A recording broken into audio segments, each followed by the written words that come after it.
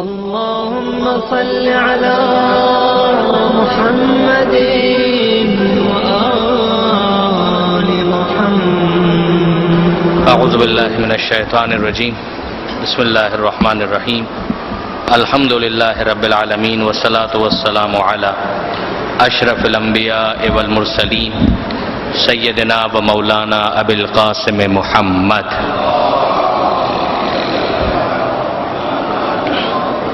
واہل بیتہ الطیبین الطاہرین المعصومین المظلومین المنتجبین المنتخبین المیامین لا سیما علی الامام المنتظر والحجۃ الثانی عشر واللعنۃ الدائمۃ الباقیۃ علی اعدائہم اجمعین من یوم ظلمہم الی قیام یوم الدین.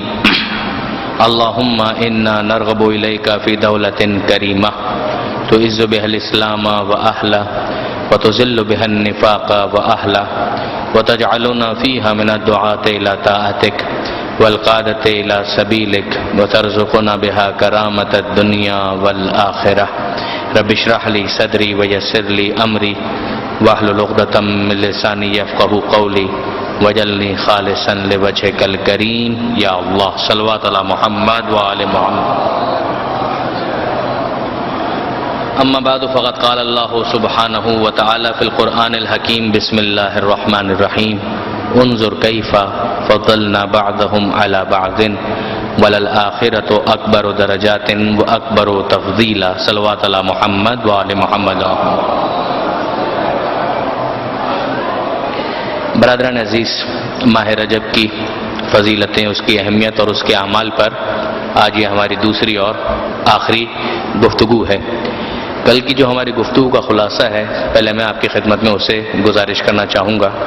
ہم نے سورہ مبارکہ بنی اسرائیل کی آیت کے ذیل میں اپنی گفتگو کا آغاز کیا تھا، جس میں پروردگار عالم یہ ارشاد فرماتا ہے کہ ذرا دیکھو کیسے ہم نے بعض کو بعض پر فضیلت دی ہے، اور آخرت میں تم فضیلتوں کا اور فرق دیکھو گے، درجات کا اور فرق دیکھو گے. اس کے ذیل میں ہم نے گزارش کی کہ اگر آپ ظاہری اعتبار سے بھی دیکھیں تو فزیکلی ظاہری طور پر جو چیزیں نظر آتی ہیں اس میں بھی ہمیں بہت سا فرق دکھائی دیتا ہے. یہ پروردگار عالم نے رکھا ہے. اور اس کے علاوہ اگر ہم معنوی اعتبار سے بھی دیکھیں تو ہمیں بہت زیادہ فرق بہت ساری چیزوں میں نظر آتا ہے. انسان ظاہری اعتبار سے بھی مختلف ہیں. کسی کا قد لمبا ہے، کسی کا چھوٹا ہے، کسی کا رنگ کالا ہے، کسی کا رنگ گورا ہے، کسی کی آواز بھاری ہے، کسی کی آواز باریک ہے، کسی کا رنگ سانولا ہے، کسی کا رنگ کچھ اور انداز کا ہے، بالوں کے رنگ مختلف ہیں، نقوش مختلف ہیں، فنگر پرنٹس مختلف ہیں. اسی طریقے سے مختلف جگہوں کے اندر اور مختلف زمانوں اور موسم کے اندر بھی ہمیں ظاہری اعتبار سے بھی فرق دکھائی دیتا ہے. سردی کا موسم ہے وہ گرمی سے جدا ہے، باہر کا موسم ہے وہ خزاں سے جدا ہے. اسی طریقے سے جو ریگستان کی جب زمین ہے وہ سبزہ کی زمین سے مختلف ہے. یہ فرق معنوی اعتبار سے بھی ہمارے سامنے پیش کیا گیا. ظاہر معنویات کی دنیا وہ ہے کہ جب تک ہمیں اس کی طرف متوجہ نہ کیا جائے ہم اسے اپنی آنکھ سے محسوس نہیں کر سکتے. اسی لیے اگر ہم ظاہری اعتبار سے دیکھیں تو خانہ کعبہ جہاں مکہ میں ہے تو وہاں پر گرمی زیادہ ہوتی ہے، لیکن اس گرمی کے باوجود معنوی اعتبار سے تاثیر اس کی بہت زیادہ ہے. یہ فرق ہمیں ہر جگہ نظر آتا ہے. مثلا نجف ہو، کربلا ہو، یا مشہد ہو، یا قم ہو، یا کوئی بھی جگہ ہو، زمین ہو، اس زمین کے اندر صرف ظاہری اعتبار سے ہم جو فرق محسوس کر سکتے ہیں وہ مادی دنیا کا فرق ہے. مگر جو معنویات کی دنیا ہے اس میں معصوم ہمیں متوجہ کرتے ہیں کہ دیکھو ہر جگہ ایک برابر نہیں ہے، ساری زمینیں ایک برابر نہیں ہیں. خانہ کعبہ کی مکہ کی تاثیر جدا ہے، عرفات کے میدان کی تاثیر جدا ہے، مزدلفہ مینا کی تاثیر جدا ہے. یہ معاملہ زمانوں کے اندر بھی ہے کہ ہر مہینہ اور ہر دن ایک برابر نہیں ہے، بلکہ اس میں فرق رکھا گیا ہے. چاہے پھر وہ رجب کا مہینہ ہو، شعبان کا مہینہ ہو، یا پھر ماہ رمضان ہو، یہ سارے مہینے ایک برابر نہیں ہیں. ان میں بعض کو بعض پر پروردگار عالم نے فضیلت عطا کی ہے. تو ماہ رجب خصوصیت کے ساتھ نسبتوں کے اعتبار سے بھی ہم نے ڈسکس کیا کہ اس ماہ رجب کو ایک روایت کے اندر پروردگار عالم سے منسوب کیا گیا کہ یہ رجب اللہ کا مہینہ ہے، شعبان پیغمبر اکرم کا مہینہ ہے، اور ماہ رمضان امت کا مہینہ ہے۔ اور دوسری روایت کے اندر کہ رجب کو اہل بیت کا مہینہ کہا گیا، شعبان کو رسول اللہ ہی کا مہینہ کہا گیا، اور ماہ رمضان کو اللہ کا مہینہ کہا گیا، یعنی ڈبل نسبتیں اس کے اندر ہمیں دکھائی دیتی ہیں۔ اور اس سے ملتی جلتی ایک روایت آج بھی میں آپ کے سامنے گزارش کروں گا۔ اس کے علاوہ کل ہم نے مناسبتوں کو ڈسکس کیا تھا کہ اس ماہ رجب میں جو ولادتیں ہیں، جو شہادتیں ہیں معصومین کی، اور جو اہم واقعات پیش آئے، ان کو ہم نے کل کی گفتگو کے اندر ڈسکس کیا تھا۔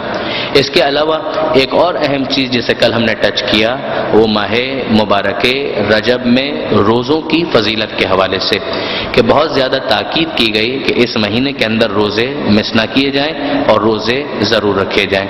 اور پھر اس کے بعد قضا روزے کی موجودگی میں مستحب روزہ نہیں ہو سکتا، پہلے قضا روزہ رکھنا ضروری ہے، اس کے بعد پھر مستحب روزے کی باری آ سکتی ہے، اس کو ہم نے ڈسکس کیا۔ اور آخر میں مفاتیح الجنان کی ابتدا میں جو شیخ عباس قمی نے بیان کیا ہے ماہ رجب کی فضیلت کے حوالے سے، اس کو ہم نے کل کی گفتگو کے اندر ڈسکس کیا۔ درود بھیجیے محمد و آل محمد پر۔ اب آج کی گفتگو میں ہم اپنی بات کو مزید آگے بڑھاتے ہیں۔ کل جو بات میں نے آپ کی خدمت میں عرض کی تھی کہ 4 مہینے وہ ہیں کہ جسے محترم مانا گیا ہے اور ماہ رجب اس میں شامل ہے۔ یہ باقاعدہ امت مسلمہ کا مسلمہ مسئلہ بھی ہے، قرآن مجید نے بھی اس کی تائید کی ہے۔ اور اس کے علاوہ اگر آپ دیکھیں تو ایک حدیث ہے جس کا نام ہی ہے حدیث اختیار، کہ جس میں پروردگار عالم نے کن کن کو منتخب کیا، کن کن کو اختیار کیا، ان کا تذکرہ ہے۔ اور ان میں 4 کا تذکرہ بار بار آتا ہے کہ پروردگار عالم نے ان میں سے 4 کو انتخاب کیا، ان میں سے 4 کو انتخاب کیا۔ بلکہ میں اس حدیث کو آپ کی خدمت میں پیش ہی کر دوں۔ یہ خصال اور بہار دونوں میں ہے، بہار میں علامہ مجلسی نے اس کو لکھا اور خصال میں شیخ صدوق نے اسے تحریر فرمایا۔ حدیث کا نام ہے حدیث اختیار، کہ اختیار کسے کیا۔ یہاں پر اختیار سے مراد چوائس نہیں ہے، یہاں پہ اختیار سے مراد ہے منتخب کرنا، سلیکٹ کر لینا، یعنی جس کو ایک اپ گریڈ کرنا ہے، خاص ایک مرتبہ اور مقام دینا۔ ارشاد فرماتے ہیں، معصوم کا کلام ہے کہ ان اللہ اخترا من الکلام 4، کہ اللہ نے کلام میں سے جو بولا جاتا ہے 4 کو منتخب کیا۔ وہ 4 کیا ہیں؟ کہ سبحان اللہ والحمد للہ ولا الہ الا اللہ واللہ اکبر، وہی تسبیحات 4 کہ انسان یوں تو بہت کچھ اپنی زبان سے پروردگار عالم کی حمد کرتا ہے، ثنا کرتا ہے، بہت کچھ کرتا ہے، مگر خدا نے ان میں سے 4 تسبیحات ہیں کہ جن کو منتخب کیا۔ سبحان اللہ 1، والحمدللہ 2، لا الہ الا اللہ 3، اللہ اکبر یہ 4۔ وَمِنَ الْمَلَائِكَةِ 4، اور ملائکہ میں سے اللہ نے 4 کو منتخب کیا، یعنی ملائکہ سب محترم ہیں مگر 4 کو خدا نے منتخب کیا، جبریل، میکائیل، اسرافیل اور عزرائیل۔ پھر فرمایا وَمِنَ الْأَنْبِيَاءِ 4، اور انبیاء میں سے خدا نے 4 کا انتخاب کیا، ابراہیم، موسیٰ، عیسیٰ، محمد مصطفیٰ صلی اللہ علیہ وآلہ وسلم۔ اور پھر روایت آگے بڑھتی ہے کہ وَمِنَ الصِّدِّيقِينَ 4، کہ اللہ نے صدیقین میں سے 4 کا انتخاب کیا، حبیب نجار جو سورہ یاسین کے اندر جن کا تذکرہ آتا ہے، نام نہیں آتا مگر وہاں پر ان کا تذکرہ آتا ہے کہ جاء رجل من اقصى المدینۃ یسعی، وہ جو تذکرہ ہے جس مرد کا، اس کے بارے میں کہا گیا کہ اس کا نام حبیب نجار ہے اور پروردگار نے اسے منتخب کیا۔ حضرت یوسف علیہ السلام کہ وہ بھی صدیقین میں ہے، مولا کائنات امیر المومنین علی ابن ابی طالب علیہ السلام، یہ مولا کے القاب میں سے ہے لقب صدیق اکبر۔ اب وہاں پہ بہت ساری جو چیزیں گڑبڑ ہوئے ہیں اس کے اندر یہ بھی ہے کہ مولا کے بہت سارے فضائل کا ادھر شفٹ کرو ادھر شفٹ کرو، ورنہ مولا کے فضائل میں، مولا کے القاب میں صدیق اکبر بھی شامل ہے، فاروق اعظم بھی شامل ہے۔ بہرحال جناب یوسف علیہ السلام مولا کائنات، اور 4 روایت کے اندر نہیں لکھا ہوا، اب وہ پرنٹنگ میں آنے سے رہ گیا، کاتب کی غلطی سے رہ گیا، یا راوی بھول گیا، جو بھی ہو، لیکن بعض علماء نے اس کے اندر ایک گیس ورک کیا ہے، کیلکولیشن کی ہے کہ شاید اس سے مراد مومن آل فرعون ہے، کہ جس کا تذکرہ سورہ غافر کے اندر 40واں سورہ قرآن مجید کا اس کے اندر آیا کہ جس موقع پر حضرت موسیٰ علیہ السلام کو قتل کیا جانا تھا اس نے درمیان میں آ کر انٹروین کیا تھا. رجل مؤمن من آل فرعون یکتم ایمانہ، کہ اس نے کہا جو رجل بھی تھا مومن بھی تھا آل فرعون میں سے جس نے اپنے ایمان کو چھپایا ہوا تھا. اور پھر یہ روایت آگے بڑھتی ہے کہ وَمِنَ الشُّهَدَاءِ أَرْبَعَةٌ، اللہ نے شہداء میں سے 4 کا انتخاب کیا. اور پھر اس کے بعد وَمِنَ النِّسَاءِ أَرْبَعَةٌ، کہ عورتوں میں سے 4 کا انتخاب کیا، جناب آسیہ، جناب مریم، جناب خدیجہ اور جناب فاطمہ زہرا سلام اللہ علیہا. روایت مزید آگے بڑھتی ہے کہ وَمِنَ الشُّهُورِ أَرْبَعَةٌ، کہ 4 مہینوں کا خدا نے انتخاب کیا. اور یہاں پر پھر جن 4 مہینوں کا تذکرہ کیا گیا یہ وہی 4 مہینے ہیں جنہیں اشہر الحرم کہا گیا، یعنی وہ 4 محترم مہینے کے جن میں ایون جنگ و جدال بھی حرام ہے، جس کے اندر رجب، ذیقعدہ، ذی الحجہ اور محرم. وَمِنَ الْبُقْعَاءِ أَرْبَعَةٌ، اور 4 زمینوں کو خدا نے منتخب کیا کہ مکہ، مدینہ، کوفہ اور بیت المقدس. وَمِنَ الْأَيَّامِ أَرْبَعَةٌ، اور 4 دنوں کو خدا نے منتخب کیا، انہیں اختیار کیا، جس میں عید الفطر، عرفہ، بقر عید اور جمعے کا دن. یوم العرفہ یعنی 9 ذی الحجہ، بقر عید یعنی 10 ذی الحجہ اور ہر ہفتے جمعے کا دن کہ یہ اللہ نے منتخب کیا.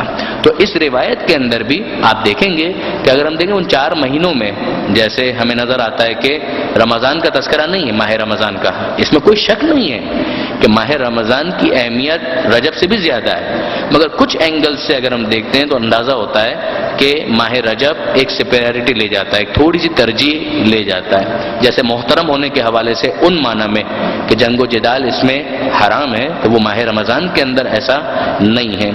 ماہ رجب کے ناموں میں سے ایک نام ہم نے ڈسکس کیا تھا کل، اسب، کہ جس کا مطلب یہ تھا کہ رحمت اس مہینے کے اندر انڈیلی جاتی ہے. اسی مہینے کا ایک اور نام بھی ہے اور وہ ہے اسم. خود رجب کا مطلب کیا ہے؟ رجب کا مطلب ہے عزت کرنا، تعظیم کرنا، رسپیکٹ کرنا. اور دوسرا جو نام اس کا آیا اسب، جس کے اندر رحمت انڈیلی جاتی ہے، یعنی بھر بھر کے دیا جاتا ہے. اور پھر تیسرا نام ہمارے سامنے آتا ہے اسم. اسم کا مطلب ہے بہرا بن جانا، یعنی وہ مہینہ جو بہرا ہے. بہرا کس اعتبار سے ہے؟ یعنی یہ بظاہر اگر آپ دیکھیں تو یہ لفظ جو ہے کچھ زیادہ مناسب نہیں لگتا ہے کہ بہرا مہینہ. نہیں، یہ بہرا اس اعتبار سے نہیں ہے، بہرا اس اعتبار سے ہے کہ اس میں کٹ جانے کا حکم دیا جا رہا ہے. بے وقوف بننے کی بات نہیں ہو رہی ہے، احمق بننے کی بات نہیں ہو رہی ہے. مقصد کیا ہے؟ جس طریقے سے اگر اصولی طور پر دیکھتے ہیں کہ اسلام کے اندر روحانیت سے روکا گیا ہے. کوئی کہے کہ میں دنیا سے بھاگتا ہوں، غار کے اندر جاتا ہوں، یہ دنیا بیکار ہے، کوئی فائدہ نہیں ہے، نہیں، اسلام اس کو سپورٹ نہیں کرتا. کہ لا روحانیت فی الاسلام، اسلام میں کوئی روحانیت نہیں ہے. رہنا تمہیں دنیا میں، ہاں، لیکن اسی دنیا میں رہتے ہوئے کچھ کریش کورسز ہیں کہ جو اسلام نے کروائے ہیں. جیسے آپ ماہ رمضان میں دیکھیں کہ بھوکا رہو، روزے کے اندر کا بھوکا رہو، اعتکاف کرو. اعتکاف صرف ماہ رمضان سے مخصوص نہیں ہے، لیکن ماہ رمضان میں تاکید تو ہے کہ ماہ رمضان میں اعتکاف کرو یا ویسے ہی اعتکاف کرو. تو ایک طرح سے کٹنے والی بات ہے کہ دنیا سے تھوڑا سا کٹو. حج پر لوگ جاتے ہیں تو ظاہر کہ ایک پورا جو نارمل روٹین کی جو لائف ہے اس سے ہٹ کر کچھ ہو رہا ہے. کہ اسی طریقے سے کہ اسم یہ مہینہ کٹ جانے کا مہینہ ہے، یعنی ایسا مہینہ ہے کہ جس کے اندر جو تمہاری روٹین کی دنیاوی زندگی تھی اس کے اندر کمی کرو، اس کے اندر ایک بریک لگاؤ. اور اس نے کیا کہا؟ اس نے کیا کہا کہ مجھے زیادہ نہیں سننا ہے، مجھے زیادہ نہیں سننا ہے، میں اپنے پروردگار سے لا لگا رہا ہوں اس مہینے کے اندر. کہ یہی چیز اگر 12 مہینے کرو کہ نہیں، ایکسیپٹیبل نہیں ہے، لیکن اس مہینے میں ریاضت کرو. اس مہینے کے اندر تھوڑا اپنے روٹین کے اندر اس طرح سے تبدیلی لے کر آؤ کہ میں اور میرا خدا، بس باقی تمام تر اپوائنٹمنٹس وہ سب کے سب بعد میں. البتہ اس کا یہ مطلب نہیں ہے کہ انسان احمق بن جائے. اسی لیے علماء کرام نے یہ ارشاد فرمایا کہ اس کے اندر جیسے وہ والی بات جو کل بھی آئی تھی، اسی بات کو علماء کرام نے بھی اپنے الفاظ میں بیان کیا کہ مثلا حملہ بھی نہ کرو. اگر تم کو لگتا بھی ہے کہ جواز ہے، ڈیلے کرو. اس مہینے میں اپنے دشمن پر بھی حملہ نہ کرو، مگر بے وقوف نہ بنو. اگر وہ حملہ کر رہا ہے تو کم سے کم اتنا چوکنا تمہیں ہونا چاہیے، کان اتنے تمہارے کھلے ہونے چاہیے کہ اگر دشمن حملہ کرے تو تم اسے جواب دے سکو۔ ہاں خود سے کم اس مہینے کے اندر حملہ نہ کرو، تمہاری طرف سے پہل اس مہینے کے اندر ہر صورت میں نہیں ہونی چاہیے، ایون اگر جواز بھی ہے تو بھی نہیں ہونا چاہیے۔ اور دوسرے معاملات کے اندر بھی کوشش کرو کہ جتنا ہو سکے دنیاوی ڈے ٹو ڈے افیئرز جو ہیں ان کو ڈیلے کر دو، اس مہینے کے اندر ان میں زیادہ نہیں پڑو۔ کہ مثلا گھر میں رنگ کروانا ہے، کہا نہیں یہ رجب کا مہینہ ہے اس میں نہیں کروانا ہے، خامہ کا ڈسٹرب ہو جائیں گے اور عبادت میں خلل پڑے گا۔ کوئی کہے کہ مثلا مجھے اس مہینے کے اندر پکنک پر جانا ہے، پکنک پہ جانا حرام نہیں ہے، لیکن پکنک پہ جانا ہے کہ پکنک پہ جائیں گے تو اس کے نتیجے میں مثلا میری عبادت ڈسٹرب ہو جائے گی۔ البتہ اگر کسی کا پلان یہ ہے کہ پکنک پر جا کر وہاں پر ایک پرفضا مقام پر عبادت کریں گے، ہے بھی نہ ظاہر کوئی اشکال نہیں ہے، صرف اس اعتبار سے کہ دنیاوی معاملات جتنے کم سے کم ہو سکیں وہ اس مہینے کے اندر رکھے جائیں۔ پھر اس کے بعد ایک اور بات کی طرف بھی ہمیں توجہ کرنی چاہیے، جس کے لیے ابھی بھی ممکن ہے کہ کوئی عمل کرنا چاہے تو عمل کر سکے، اور وہ ہے عمرہ۔ کہ اس مہینے میں عمرہ رجبیہ کا جتنی فضیلت ماہ رجب کے عمرے کی ہے، ماہ رمضان کے عمرے کی بھی اتنی فضیلت نہیں ہے۔ برادران اہل سنت کے اعتبار سے اگر آپ دیکھیں تو وہ ماہ رمضان کے عمرے کی بہت زیادہ ایک تاکید کرتے ہیں، غلط نہیں، اچھا ہے، لیکن ہمارے یہاں یعنی فقہ جعفری کے اعتبار سے رجب کے مہینے کے عمرے کی جتنی تاکید ہے، ایون ماہ رمضان کے عمرے کی بھی اتنی تاکید نہیں ہے۔ عمرہ تو جب بھی انسان کرے اچھا ہے، ثواب ہے، بہت خوب ہے، حج اصغر سے اس کو تعبیر کیا گیا ہے کہ چھوٹا حج ہے عمرہ کرنا، لیکن ماہ رجب جو ہے اس کی اہمیت بہت زیادہ ہے۔ یہاں تک کہ معصوم سے جب کسی نے یہ سوال کیا کہ مولا میرے لیے امکان نہیں ہے کہ اگر میں اپنے گھر سے نکلوں تو رجب میں مکہ پہنچ پاؤں گا، اب ظاہر ہے کہ اس زمانے کو آپ تھوڑا سا ویژولائز کریں کہ اس زمانے کے اندر جب 4 گھنٹے کی فلائٹ میں مکہ یا جدہ لوگ نہیں پہنچتے تھے، بلکہ اگر نکلے ہیں تو مہینہ 2 مہینہ 3 مہینہ لگے گا پھر جا کر پہنچ پائیں گے۔ تو کسی نے جب سوال کیا کہ مولا میں نہیں پہنچ پاؤں گا، مجھے معلوم ہے اگر میں نکلا تو گھر سے نکل جاؤں گا رجب میں، لیکن جب پہنچوں گا تو رجب گزر چکا ہوگا، تو میں کیا کروں؟ تو اس میں معصوم نے اس کو سمجھایا کہ بھئی حج یا عمرہ شروع ہوتا ہے احرام سے، احرام اگر پہن لیا تو عمرہ سٹارٹ۔ امام نے فرمایا کہ تم اپنے گھر سے ہی احرام باندھ کر چلو، وہیں سے نیت کر کے چلو، نظر کر کے احرام باندھو اور اپنے گھر سے ہی عمرے کو شروع کر دو، چاہے پھر تم 2 مہینے کے بعد بھی پہنچو، یہ مان لیا جائے گا کہ تم نے رجب ہی کے اندر عمرہ کیا ہے۔ اس کی موجودہ اس میں مثال یہ بنے گی کہ فرض کیجئے کہ چاند رات کو کوئی مدینہ منورہ سے نکلنا چاہتا ہے، شعبان کی چاند رات، یعنی جس میں معلوم ہے کہ اگر 2-3 گھنٹے کے بعد سورج غروب ہوگا اور چاند نکل آئے گا، یا سورج غروب ہوگا اور چاند نکل آئے گا اور امکان ہے کہ پہلی شعبان ہو جائے، تو وہ اگر جانتا ہے اور وہیں سے نیت کر لے تو جیسے اس نے نیت کر لی، اب چاہے اگلے دن پہلی شعبان بھی ہو مگر اس کو ثواب جو ہے وہ رجب کے عمرے کا ہی ملے گا۔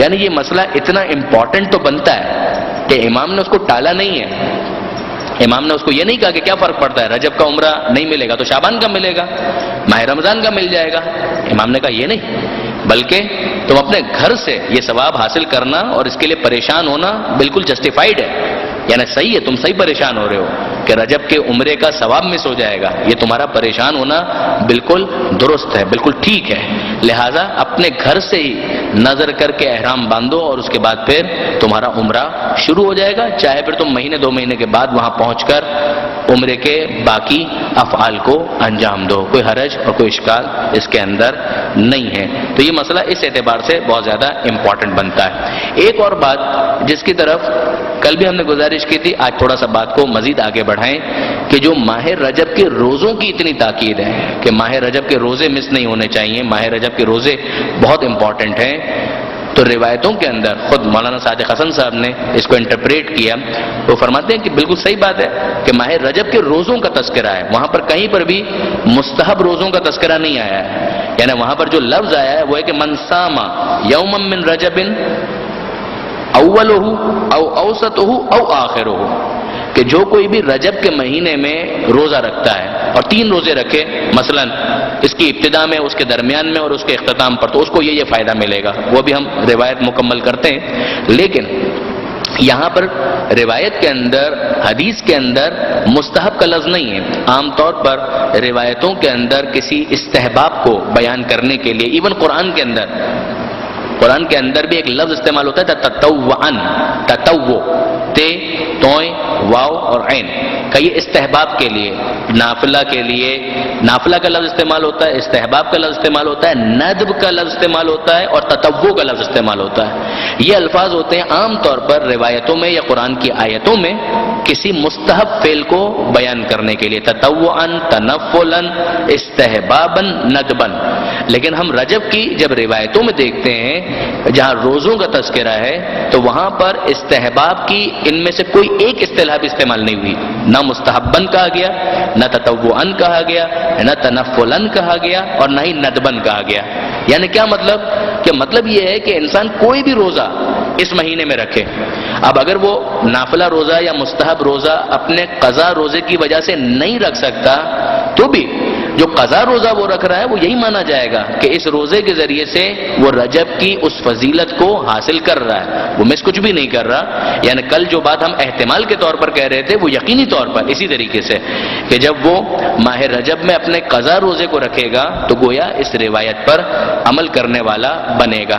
کل ہم نے آپ کی خدمت میں وہ حدیث پیش کی تھی کہ جس میں ماہ رجب کے اختتام پر 3 روزوں کا تذکرہ امام نے کیا تھا اور اس افسوس کے ساتھ کیا تھا اس شخص کے لیے سالم سے خطاب کرتے ہوئے کہ جس نے پورے ماہ رجب میں اس وقت تک کوئی ایک روزہ بھی نہیں رکھا تھا، جس میں امام نے فرمایا تھا کہ تو نے اتنا لاس کر دیا، اتنا نقصان کر دیا کہ خدا کے سوا کوئی نہیں جانتا کہ تو نے کتنا نقصان کر دیا.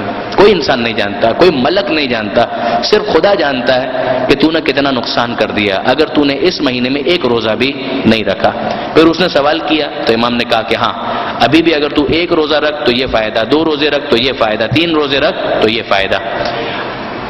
وہ ماہ رجب کے اختتام کے حوالے سے ایک اور روایت جیسا کہ میں ابھی پڑھ بھی رہا تھا آپ کی خدمت میں، اس کے اندر تو الفاظ بڑے عجیب ہیں، واقعاً بڑے عجیب الفاظ ہیں.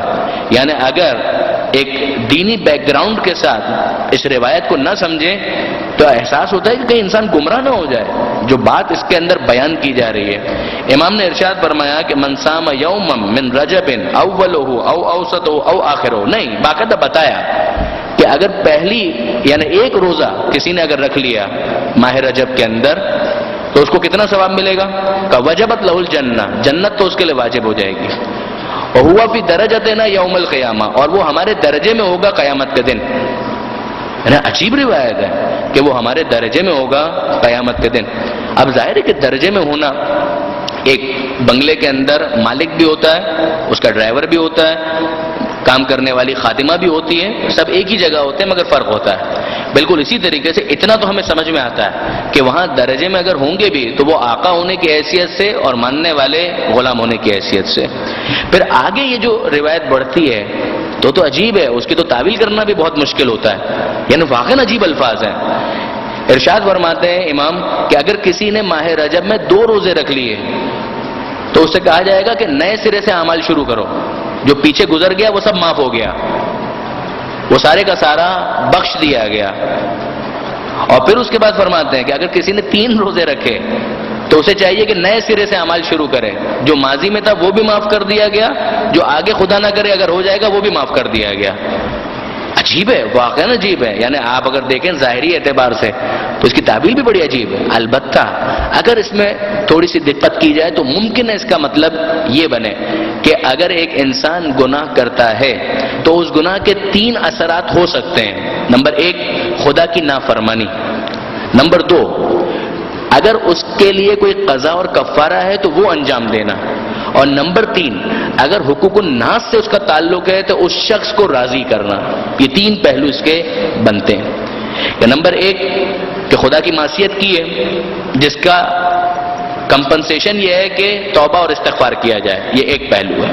نمبر 2 کہ وہی عبادت جو تم نے مس کی ہے اس کو قضا یا اس کا جو بھی کفارہ بنتا ہے اس کو ادا کرو. اور نمبر 3 اگر حق الناس میں سے کسی کا مال ہڑپ کر لیا، خدا نہ کرے کسی کو نقصان پہنچا دیا، غیبت کر دی، گالی دے دی، تہمت، یہ ایسا کوئی معاملہ ہے تو پھر اس کو بھی راضی کرو اور خدا سے بھی معافی مانگو.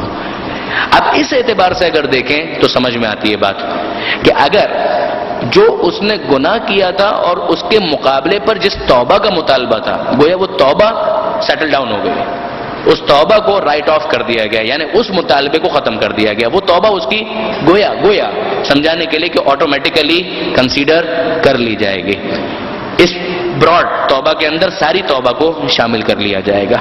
لیکن جو قضا اور کفارہ ہے وہ تو دینا ہے۔ اسی طرح سے اگر حق الناس کا معاملہ تھا تو وہ حق الناس تو ادا کرنا ہے، لیکن حق الناس کے ساتھ جو جڑی ہوئی توبہ کا مطالبہ تھا کہ وہ مطالبہ وہ ختم کر دیا جائے گا۔ یہ ہوا روزے کے حوالے سے، بلکہ روزے کے حوالے سے بات کو مکمل کرنے سے پہلے مولا کائنات امیر المومنین علی ابن ابی طالب علیہ الصلوۃ والسلام، مولا کا یہ فرمان پڑھنا بھی بہت مناسب ہے مولا کے بارے میں، کہ روایت کے اندر یہ آیا ہے کہ کان امیر المومنین، جب رجب کا مہینہ آتا تھا تو مولا امیر المومنین یقوم رجبا و یصوم، کہ اس رجب کے مہینے میں قیام بھی کرتے تھے اور روزہ بھی رکھتے تھے، یعنی نمازیں بھی بہت زیادہ پڑھتے تھے۔ ویسے ہی مولا راتوں میں عبادت کے عادی ہیں، اس میں جب اضافہ ہوتا ہوگا تو کیا کچھ ہوتا ہوگا خدا بہتر جانتا ہے۔ کان یقوم رجبا و یصوم، قیام باللیل بھی کرتے تھے اور یصوم صیام روزہ بھی رکھا کرتے تھے۔ ویقول، اور کہتے تھے الرجب شہرنا، کہ رجب تو ہمارا مہینہ ہے، وشعبان شہر رسول اللہ، اور شعبان اللہ کے رسول کا مہینہ ہے، والرمضان شہر اللہ، اور ماہ رمضان جو ہے وہ اللہ کا مہینہ ہے۔ تو یہ ہم نے روزے کی بحث جو ماہ رجب کے حوالے سے ہے اس کو یہاں پر مکمل کیا۔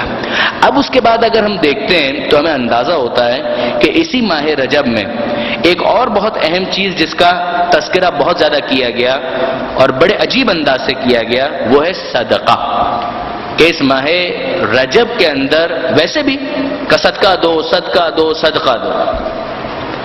انفقوا مما رزقناکم من قبل ان یاتی احدکم الموت فیقول رب لولا اخرتنی الی اجل قریب فاصدق واکن من الصالحین، سورہ منافقون کی آیت ہے کہ انفاق کرو، خدا کی راہ میں خرچ کرو، جو ہم نے دیا ہے رزق اس میں سے، اس سے پہلے کہ موت آ جائے اور تم کہنے لگو رب اے ہمارے پروردگار لولا اخرتنی الی اجل قریب، تھوڑی مہلت دے دے، فاصدق، کیوں؟ تاکہ میں صدقہ دوں تیری بارگاہ میں، واکن من الصالحین، اور صالحین میں شامل ہو جاؤں۔ تو اس موقع پر جو ایک انسان کی حسرت ہو سکتی ہے وہ یہی ہے کہ وہ خدا سے کہ مالک تھوڑی مہلت دے دے کہ میں صدقہ دوں۔ اب اس موقع پر جب پتا ہے کہ اب جان نکلنے والی ہے تو انسان جو کچھ بھی بولے وہ کم ہے، لیکن جو پہلی طلب اور تڑپ اس کے دل میں ہوتی ہے وہ یہی ہے کہ مالک میں صدقہ دے کر کسی کی مدد کروں اور صالحین میں شامل ہو جاؤں۔ یہ قرآن کی آیت ہے۔ رجب کے مہینے کے حوالے سے ابو سعید خدری رضی اللہ تعالی عنہ پیغمبر اکرم کے صحابی ہیں، وہ روایت کرتے ہیں پیغمبر اکرم ختمی مرتبت احمد مجتبی محمد مصطفیٰ صلی اللہ علیہ وآلہ وسلم فرماتے ہیں پیغمبر اکرم کے کثرت کے ساتھ، تھوڑا بہت نہیں، کثرت کے ساتھ کہ رجب میں صدقہ دو، کثرت کے ساتھ، چاہے اگر زیادہ نہیں دے سکتے تو اتنا تو کرو کہ روزانہ ایک روٹی صدقے میں دو، یعنی باقاعدہ کہ اگر زیادہ نہیں دے سکتے تو اتنا تو ضرور کرو کہ ایک روٹی روزانہ رجب کے مہینے میں، یعنی 30 دن ہے تو 30 روٹیاں اور روزانہ ایک روٹی، زیادہ نہیں دے سکتے تو اتنا، اور زیادہ بڑھا سکو تو کیا کہنا، لیکن زیادہ نہیں کر سکتے تو اتنا ضرور کرو کہ ایک روٹی روزانہ صدقہ دو۔ ثواب کیا ملے گا؟ جو دھندے والے لوگ ہیں، کاروبار والے لوگ ہیں، بزنس والے لوگ ہیں، تو اللہ کے رسول اللہ تو خوش ہوگا، مگر وہ ٹھیک ہے اللہ تو خوش ہو ہی جائے گا، وہ تو جلدی خوش ہو جاتا ہے، سریع الرضا ہے، بہت جلدی راضی ہو جاتا ہے۔ یہ بتائیے کہ ثواب کیا ملے گا؟ یعنی یہ اب میں اپنے الفاظ میں گزارش کر رہا ہوں، پیغمبر اکرم نے ایک بڑی عجیب ڈیل آفر کی ہے، جس طریقے سے مڈ نائٹ ڈیلز ہوتی ہیں یا کسی خاص موسم کے اندر کوئی ڈیل آتی ہے، پیغمبر اکرم نے عجیب بات کی ہے، واقعاً عجیب بات کی ہے۔ ماہ رجب کے اندر صدقہ دینا پیغمبر فرماتے ہیں کم سے کم ایک روٹی تو دو. اور اگر کسی نے ماہ رجب میں اس طرح سے کرنے کو اپنی عادت بنا لیا تو اسے وہ پورا ثواب ملے گا جو آج تک میں نے صدقے کا بیان کیا ہے. یعنی یہ ایک دن دو دن کے ثواب کی بات نہیں ہو رہی ہے. پیغمبر اکرم نے 63 سالہ زندگی کے اندر جتنا ثواب صدقے کا بیان کیا ہے، پیغمبر فرماتے ہیں یہ سب کا سب اسے ملے گا کہ جو ماہ رجب میں کم از کم روزانہ ایک روٹی دینے کو اپنی عادت بنا لے اور اس کے بعد یہ عادت اس کی پختہ ہو جائے. اور پھر فرماتے ہیں پیغمبر کہ اتنا تو ملے گا ہی جتنا میں نے بیان کیا ہے اپنی پوری زندگی میں آج تک، بلکہ اس سے بھی زیادہ ملے گا جو میں نے بیان کیا ہے. یہ عجیب ثواب ہے جو صدقے کا پیغمبر اکرم نے اس کے اندر بیان کیا ہے. یعنی آپ دیکھیں گے کہ پیغمبر نے بہت صدقے کا ثواب بیان کیا، یہ ثواب وہ ثواب، یہ ثواب وہ فائدہ یہ فائدہ کا، وہ سب کا سب اسے حاصل ہوگا جو اس ماہ رجب میں ایک روٹی روزانہ اور پھر اسے اپنی عادت بنا لے کہ اس طریقے سے تو مجھے صدقہ دینا ہی ہے. یعنی یہ وہ اخلاقیات ہیں. یعنی پیغمبر جب کہتے ہیں عادت بنا لو، یعنی کیا مطلب ہے؟ یعنی سخاوت تمہارا اخلاق بن جائے، تمہارا ہاتھ دینے والا بنے، لینے والا نہ بنے، دینے کی عادت تمہارے اندر پیدا ہو جائے. تو یہ دوسرا عمل، ایک روزہ جو ماہ رجب کے اندر بہت تاکید، نمبر 2 صدقہ، نمبر 3 قرآن مجید کی تلاوت. ویسے تو قرآن مجید کی تلاوت جتنی کی جائے جب کی جائے اچھا ہے. ماہ رمضان خصوصیت کے ساتھ اگر ربیع القرآن کہ قرآن کی بہار کا مہینہ ہے، لیکن کا ماہ رجب میں بھی تاکید ہے کہ قرآن مجید کی تلاوت زیادہ سے زیادہ کی جائے. اور اس میں میری گزارش ایک طالب علم کی حیثیت سے ہمیشہ سے یہ ہے، میں پھر تاکیداً گزارش کرتا ہوں کہ کتنا اچھا ہو کہ ہمارے جوان، ہمارے نوجوان قرآن مجید، سب سے اچھا تو یہ ہے کہ عربی بھی سیکھیں اور عربی سیکھ کر قرآن مجید میں غور کرنے کا لطف حاصل کریں. آپ بھول جائیں گے ٹی وی کے ڈراموں کو اور ساری دوسری خرافات کو. یقین کیجئے میں اپنے نوجوان دوستوں کو مخاطب کر رہا ہوں، پورے اطمینان کے ساتھ کہہ رہا ہوں، اس لیے کہ میں جانتا ہوں کہ ان کے دل پاکیزہ ہیں، میں جانتا ہوں کہ ان کے قلب مطہر ہیں، میں جانتا ہوں کہ ان کی روح خالص ہے، میں جانتا ہوں کہ ہمارے نوجوان واقعاً دین کی طرف مائل ہیں، ہمارے نوجوان امام زمانہ کے سپاہی ہیں. میں جانتا ہوں اور اپنے دل سے اس بات کا معترف ہوں. میں جانتا ہوں، آپ یقین جانیے کہ اگر آپ عربی تھوڑی سی محنت کر کے 1 سال 2 سال لگا دیں اور عربی اتنی سیکھ لیں کہ قرآن مجید کو آپ عربی میں پڑھ کر سمجھ سکیں، آپ قرآن مجید کو اتنا انجوائے کریں گے، آپ قرآن مجید میں اتنا لطف محسوس کریں گے کہ آپ کو کسی دوسرے انٹرٹینمنٹ میں اتنا مزہ نہیں آئے گا جتنا قرآن مجید کی تلاوت میں مزہ آئے گا. میں مطمئن ہوں. قرآن مجید کہتا ہے کہ کچھ ایسے ہیں کہ جنہیں قرآن مجید سے کچھ حاصل نہیں ہوتا سوائے خسارے کے، لیکن ہمارے جوان اس میں نہیں آتے ہیں. میں مطمئن ہوں، میں اپنے جوانوں سے بہت زیادہ مطمئن ہوں. ہمارے جوانوں کے پاس جو دین کے حوالے سے تڑپ موجود ہے، جو ان کے پاس ایک امنگ موجود ہے، جو اویئرنیس ان کے پاس ہے. مگر بہرحال یہ ایک بہت بڑا لیکنگ ہے، بہت بڑی لیکنگ ہے، ایک بہت بڑی چیز ہے جو مس ہے ہمارے معاشرے کے اندر. عربی اس انداز سے نہیں، یعنی آپ غلط نہ سمجھیں وہ گردان کرنی پڑے گی، ایک پیراڈائم ہوگا یہ وہ، نہ. قرآن مجید سمجھنے کے لیے اور سیکھنے کے لیے جتنی عربی ضروری ہے وہ آپ 6 مہینے 8 مہینے بہت 1 سال کے اندر سیکھ سکتے ہیں، سمجھ سکتے ہیں، جس کے بعد وہ لطف انسان حاصل کر سکتا ہے. وہ ہو جائے تو کیا کہنا. ظاہر ہے کہ اس ماہ رجب میں تو وہ حاصل نہیں ہو پائے گا، ماہ رجب تو سر پر ہے، لیکن آئندہ کے لیے اگر ابھی کم سے کم ترجمے کے ساتھ، ترجمے کو فراموش نہ کریں. ترجمے سے ڈرنے کی بھی ضرورت نہیں ہے. کیوں ترجمہ گمراہ کر دے گا؟ ترجمہ کرنے والے کون ہیں؟ للو پنجو لوگ نہیں ہیں. علامہ ذیشان حیدر جوادی جیسی شخصیت ہے، مولانا فرمان جیسی شخصیت ہے، مولانا امداد حسین صاحب کا ترجمہ ہے، ایون ڈاکٹر محمد حسن رضوی صاحب کا ترجمہ اچھی محنت ہے. اگر آپ اس سے بھی استفادہ کریں کوئی اشکال نہیں، کوئی حرج نہیں. یہ اچھی محنتیں ہوئی ہیں. علامہ نقن صاحب کا ترجمہ اویلیبل ہے، شیخ محسن صاحب کا جو تازہ ترین ترجمہ ہے وہ بھی بہت خوب ہے. یہ ترجمے اچھے ہیں، ان کو لے کر پڑھیں. ہمارے نوجوان بیٹھیں، گروپ ڈسکشن کریں قرآن مجید کے ترجمے کے اوپر ہی، کوئی حرج نہیں ہے. ہاں اپنے آپ کو اتھارٹی نہ سمجھیں، ایک طالب علم کی حیثیت سے اپنے آپ کو قرآن کے سامنے پیش کریں، جو سمجھ میں آتا ہے وہ استفادہ ہے، جو نہیں سمجھ میں آتا علماء سے رجوع کریں. یہ روش تو ہر چیز میں ہے، یہ کس چیز میں نہیں ہے؟ توضیح المسائل آپ اٹھائیں، گروپ ڈسکشن کریں، جو سمجھ میں آتا ہے وہ استفادہ ہے، جو نہیں سمجھ میں آتا اپنے اساتذہ سے سوال کریں. یہ بات قرآن کے اندر بھی ہونی چاہیے، یہ بات نہج البلاغہ میں بھی ہونی چاہیے، یہی بات صحیفہ کاملہ میں بھی ہونی چاہیے. ہر جگہ یہی طریقہ ہے. قرآن کے اندر بھی قرآن سے اجنبیت کو ختم کریں. ہمارے معاشرے میں قرآن سے اجنبیت کو ختم ہونا چاہیے، معجور نہیں ہونی چاہیے یہ کتاب. ماہ رجب اس کے لیے بہت اچھا ایک لانچنگ پیڈ بن سکتا ہے کہ 10 پاروں کو اگر آپ ماہ رجب کے اندر فوکس کریں، پھر 10 پاروں کو شعبان میں فوکس کریں، اور پھر 10 پاروں کو ماہ رمضان کے اندر فوکس کریں. ماہ رمضان میں وہ جو سپیڈ والا معاملہ ہوتا ہے کہ وہ 3rd گیئر کے اندر اور 5ویں گیئر میں ڈال کے جلدی سے ختم کرنا، جلدی سے ختم کرنے کی ضرورت نہیں ہے. آرام آرام سے ٹھہر ٹھہر کر، ورتل القرآن ترتیلا، قرآن کو ٹھہر ٹھہر کر سمجھ کر پڑھنے کی کوشش کریں. جتنا سمجھ میں آئے بسم اللہ کیا کہنا. خصوصیت کے ساتھ ماہ رجب میں ایک وظیفہ جو قرآن مجید کے حوالے سے بیان کیا گیا وہ ہے سورہ اخلاص کے بارے میں، کہ ماہ رجب میں 1000 مرتبہ سورہ اخلاص کی تلاوت. 1000 مرتبہ. 1000 بھاری لگتا ہے تو 10 تسبیح. اگر 1000 کا لفظ بھاری لگتا ہے کہ 1000 مرتبہ سورہ اخلاص تو 10 تسبیح وہ آسان لگتا ہے. 1 تسبیح 2 تسبیح 10 تسبیح.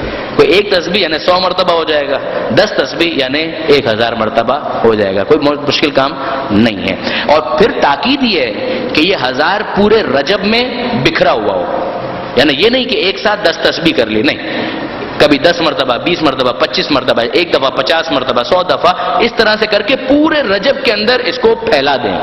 1000 مرتبہ سورہ مبارکہ اخلاص کی تلاوت اس ماہ رجب میں کرنے کی بہت زیادہ تاکید آئی ہے. اور روایت کے الفاظ اس کا خلاصہ کہ 1000 بار سورہ اخلاص کی تلاوت کرے تو اللہ کے پاس ماہ رجب میں تو اللہ کے پاس گویا ایسا عمل لے کر پہنچے گا کہ ایسا عمل نہ ملک مقرب کے پاس ہوگا نہ نبی مرسل کے پاس ہوگا.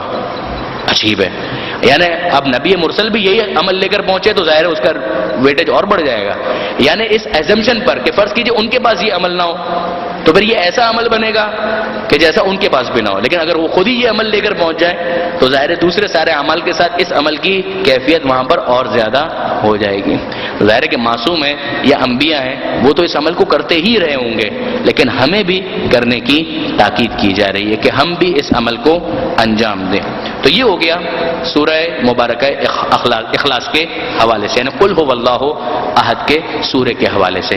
اس کے علاوہ اگر آپ مفاتیح الجنان کے اندر دیکھیں گے تو مختلف تسبیحات ہیں کہ جو اس مہینے کے اندر تاکید ہیں. مثلا کل ہی ہم نے ایک بات کی تھی کہ استغفر اللہ و اسألہ التوبہ، کہ بہت زیادہ اس کی تاکید ہے کہ انسان یہ پڑھے، استغفار کرے اور کہے کہ اے اللہ میں تجھ سے مغفرت طلب کرتا ہوں اور تجھ سے توبہ طلب کرتا ہوں.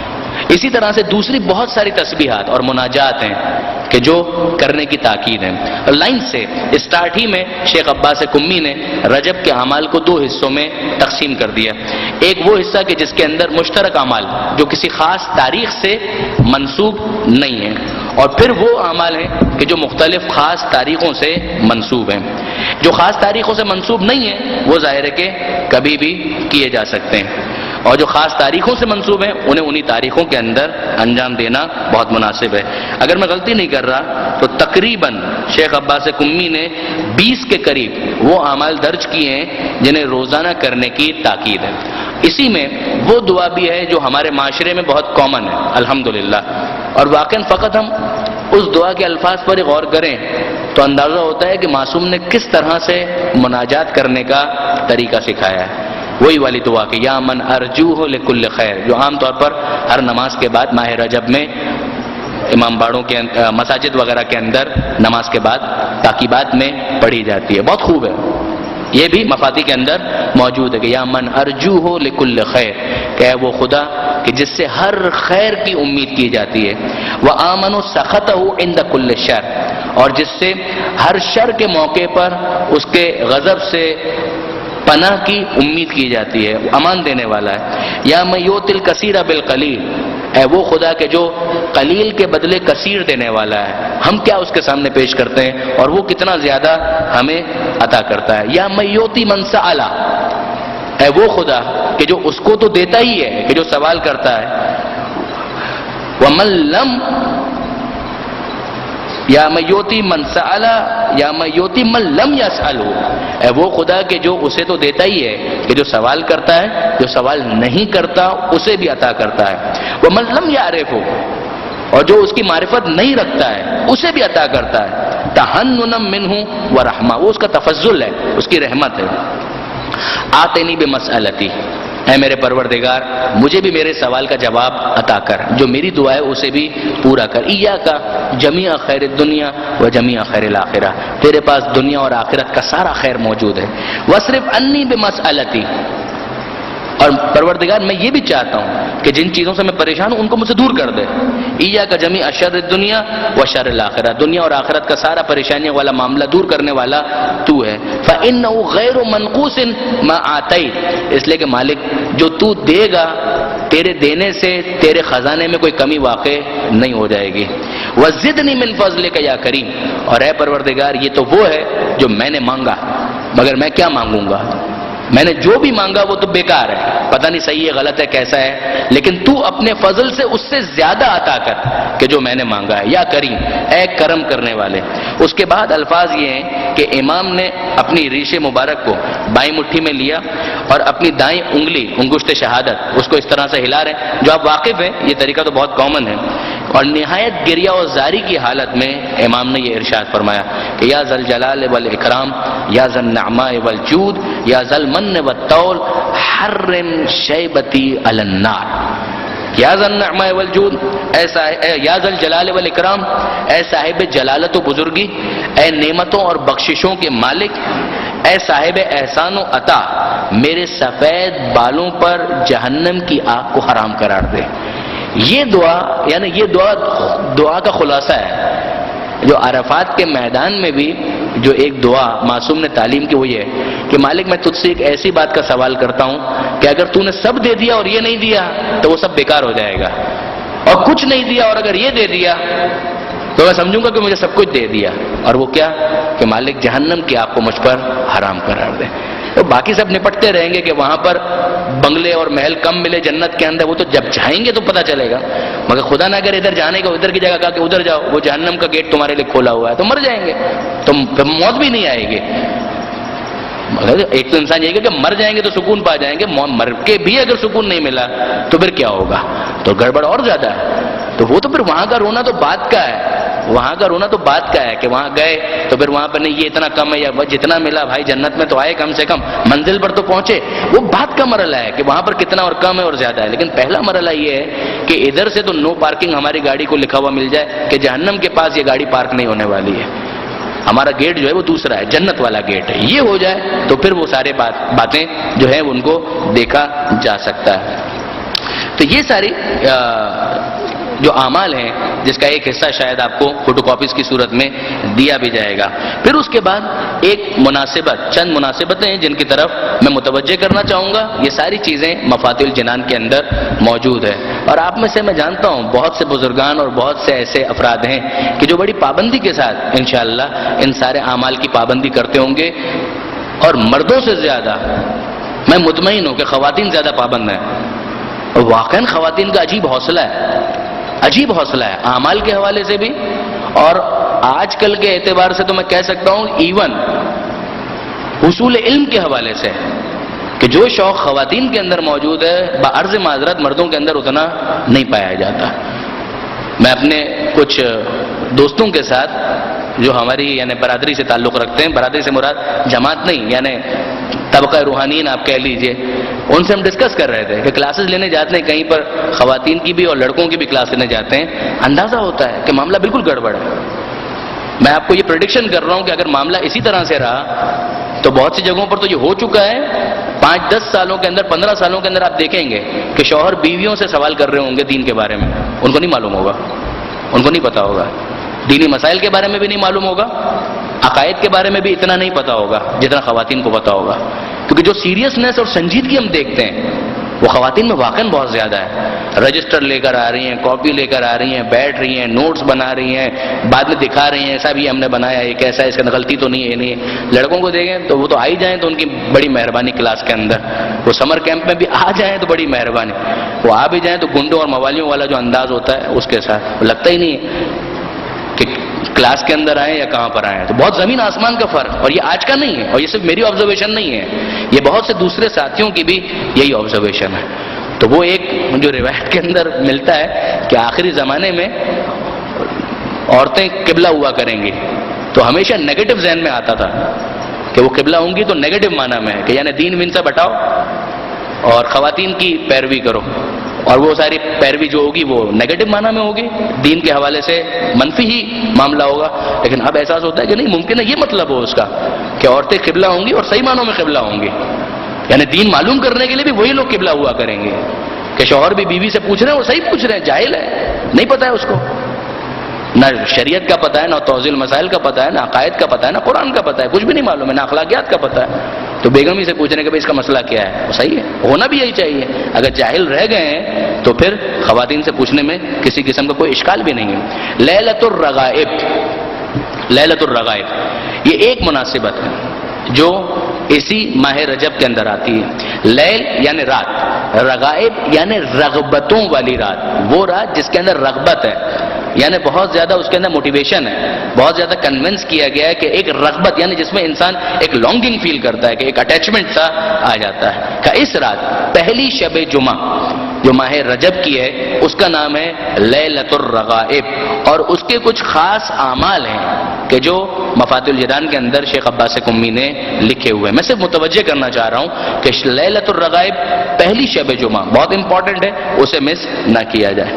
اس کے بعد اگر ہم آگے بڑھیں تو خود ماہ رجب کی پہلی رات, جو اگر چاند ہو گیا ہے تو شاید آج کی رات ہوگی ورنہ کل کی رات ہوگی, کہ اس کے بھی اپنے اعمال ہیں کہ چاند دیکھ کر یہ دعا پڑھنی, غسل کرنا, اور اسی طریقے سے دیگر. کہ پہلی رجب کا روزہ جس کی طرف کل بھی ہم نے متوجہ کیا تھا کہ حضرت نوح علیہ السلام کی جب کشتی چل رہی تھی پہلی رجب, اور انہوں نے اپنے تمام ہمراہیوں سے, رفقا سے یہ کہا تھا کہ روزہ رکھو. تو پہلی رجب کا دن بھی روزے کے حوالے سے, پہلی رجب کی رات غسل اور دوسرے اعمال کے حوالے سے بڑی امپورٹنٹ ہے.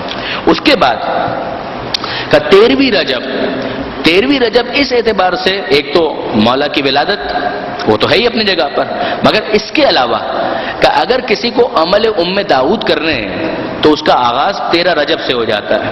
پھر اس کے لیے ضروری ہے کہ وہ 3 دن روزے رکھے, 13 رجب, 14 رجب اور 15 رجب.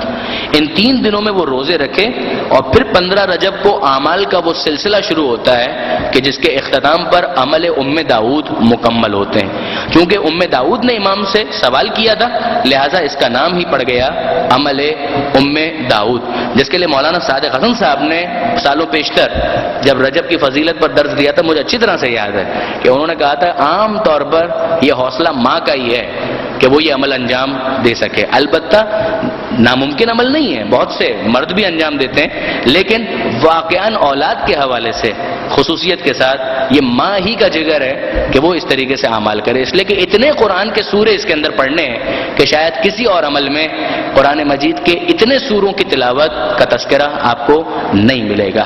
اس اعمال کا ایک خلاصہ میں اگر گزارش کروں تو وہ یہ ہے کہ 13, 14 اور 15 ان 3 دن روزے رکھے, اور پھر 15 رجب کو تیسرے روزے کے موقع پر حالت روزہ ہی میں زوال کے وقت غسل کرے, زوال یعنی ظہر کی نماز کے ٹائم پر غسل کرے, اور زوال کے فوراً بعد نماز ظہر اور عصر بجا لائے, رکوع اور سجدے میں خوف خدا اور عاجزی کا اظہار کرے, اور پھر اس کے بعد خلوت کی جگہ پر بیٹھ جائے, تنہائی, یہاں پر کوئی ڈسٹرب کرنے والا نہ ہو, نہ بچہ آ رہا ہے, نہ کوئی اور آ رہا ہے, نہ ٹیلی فون بج رہا ہے, نہ موبائل, کچھ نہیں, نہ ٹی وی کی آواز آ رہی ہے, نہ ریڈیو کی آواز آ رہی ہے, کچھ نہیں, نو ڈسٹربنس, کوئی وہاں پر تنگ کرنے والا نہ ہو, تنہائی میں جا کر بیٹھ جائے, اور پھر اس کے بعد یہ اعمال شروع کرے. جب نماز سے فارغ ہو جائے تو قبلہ رو ہو کر اس طرح سے عمل انجام دے. اس کے بعد پھر یہ قرآن کے سورے شروع ہوتے ہیں کہ 100 مرتبہ سورہ فاتحہ، 100 مرتبہ سورہ اخلاص، 10 مرتبہ آیت الکرسی، پھر اس کے بعد سورہ انعام، سورہ بنی اسرائیل، اور سلسلہ آگے بڑھتا ہے، سورہ کہف، سورہ لقمان، سورہ یاسین، سورہ صافات، سورہ حامیم سجدہ، سورہ حامیم عین سین قاف، سورہ حامیم دخان، سورہ فتح، سورہ واقعہ، سورہ ملک، سورہ نون، سورہ اشتقاق، اور اس کے بعد آخر قرآن تک، یعنی 30واں پارہ. اس کے بعد تقریباً آپ کم و بیش سمجھے کہ مکمل سورہ انشقاق آنورڈز، یعنی تقریباً 30واں پارہ پورا. ابتدائی 2-3 سورے کو چھوڑ کر باقی سارے سورے اس میں آ گئے. کہ یہ پڑھے اور اس کے بعد قبلہ رخ ہو کر ایک دعا ہے 4-5 صفوں کی، کہ اسے انجام دے، اسے پڑھے. اور جب یہ دعا مکمل ہو جائے تو اس کے بعد کوشش کرے کہ جب خدا سے اتنا راز و نیاز کیا ہے تو آنکھوں سے آنسو نکل آئے، چاہے مکھی کے پر کے برابر ہی آنسو نکلے، یعنی اتنا کم ہو مگر اتنا آنسو نکل آئے. کہ یہ قبولیت دعا کی علامت ہے کہ گویا پروردگار نے دعا کو قبول کر لیا. اس کے بعد پھر خدا کی بارگاہ میں دعا کریں، انشاءاللہ وہ دعا حتماً پروردگار عالم نے قبول کر لی. یہی سمجھنے کا، اس لیے کہ اس کے اندر جو محدثین کے الفاظ ہیں کہ یہ مجرب ہے، ہم نے خود آزمایا ہوا ہے، اس کو آپ آزما کر دیکھیں. تو اس اعتبار سے واقعاً بڑی ہی اہمیت والی یہ دعا اور بڑا ہی اہم یہ عمل ہے جو ماہ رجب کے اندر ہو سکتا ہے. ماہ رجب سے ہٹ کر یہ عمل شاید نہیں ہو سکتا، یا اتنا فائدہ بہرحال اس کا نہیں ہوگا. جو عمل ام داؤد کا ماہ رجب کے حوالے سے خاص تعلق بیان کیا، خود امام نے بیان کیا ہے، لہٰذا ماہ رجب ہی کے اندر اس کو انجام دینا چاہیے. اس کے علاوہ 15 رجب کو امام حسین علیہ السلام کی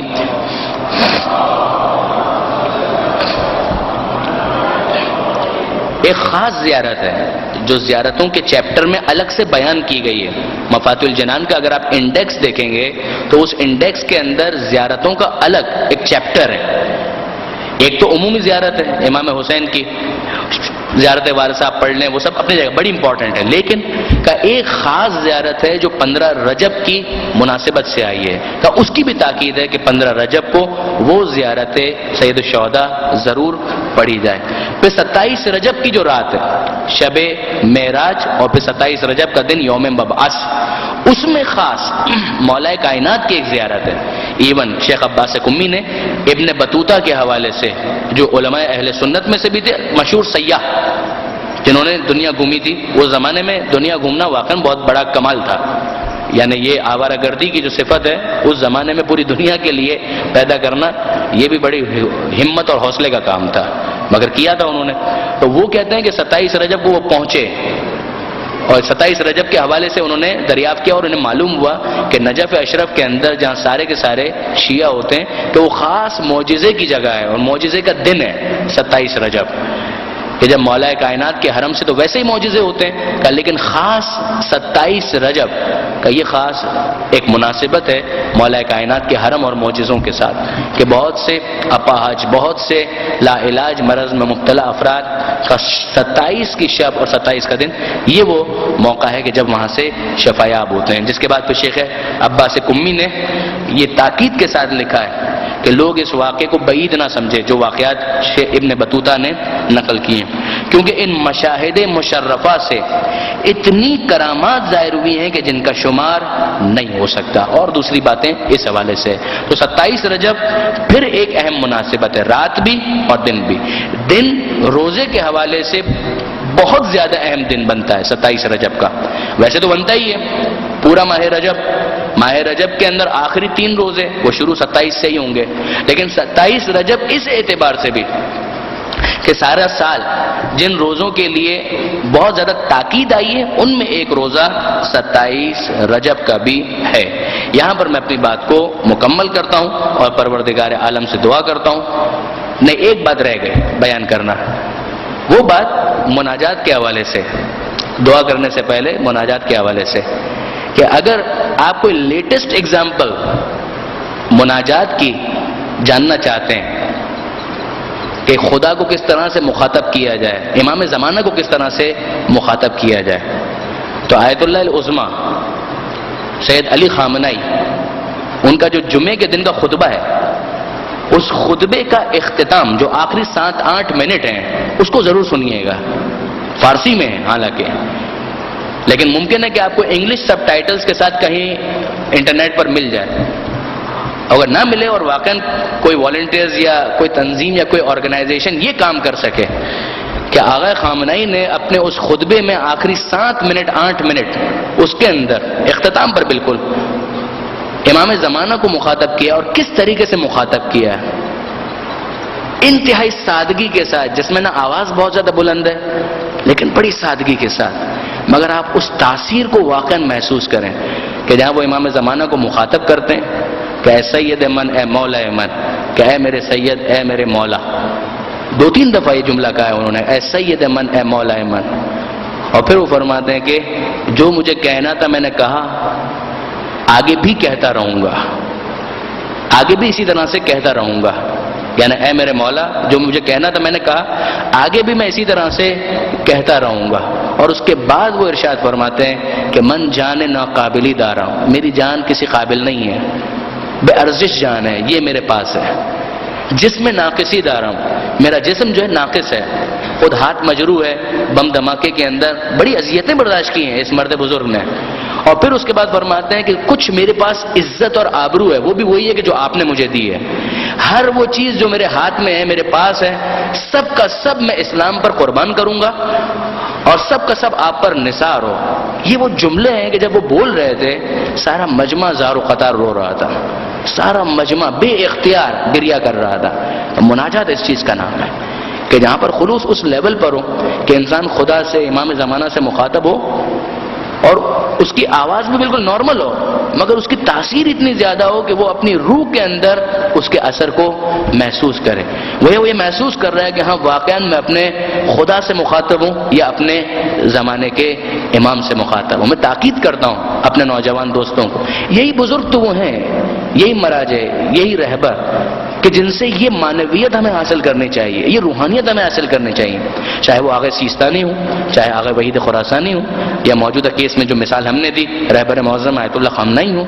یہی بزرگ ہیں کہ جن سے ہمیں صحیح معنوں میں معنویت کو لینا ہے، صحیح معنوں میں روحانیت کو لینا ہے، صحیح معنوں میں اسپرچویلٹی کو لینا ہے. کہ آپ دیکھیں کہ ان کا انداز کیا ہے، کس انکساری کے ساتھ یہ خدا کی بارگاہ میں اپنے آپ کو پیش کرتے ہیں، اور اس کے بعد اس سے الہام لیتے ہوئے ہم اپنی زندگی میں ترقی کے مختلف مدارج تلاش بھی کر سکتے ہیں اور انہیں طے بھی کر سکتے ہیں. بار الہ تجھے واسطہ محمد و آل محمد کا، ہمارے اس قلیل توسل کو اپنی بارگاہ میں قبول فرما. مالک ماہ رجب آنے والا ہے، اس ماہ میں بہترین عبادت انجام دینے کی ہمیں توفیق عطا فرما. مالک ہم کیا اور ہماری اوقات کیا، ہم بھی ناقص، ہماری عبادتیں بھی ناقص، مگر تو کامل، تیری رحمت کامل. ہماری ناقص عبادتوں کو اپنی کامل رحمت کے طفیل قبول فرما. مالک تجھے واسطہ محمد و آل محمد کا ماہ رجب سے وہ سارے فائدے جو اہل بیت نے ہمیں بتائے ہیں حاصل کرنے کی توفیق عطا فرما، اور اس ماہ رجب کے ذریعے سے ماہ رمضان کی تیاری کرنے کی ہمیں توفیق عطا فرما. مالک تجھے واسطہ محمد و آل محمد کا پریشان حال مومنین کی پریشانیوں کو دور فرما. جو بیمار ہیں انہیں شفا کامل اور عاجل عطا فرما. جو بے روزگار ہیں انہیں رزق حلال عطا فرما. جو برسر روزگار ہیں ان کے رزق میں برکت اور کثرت عطا فرما.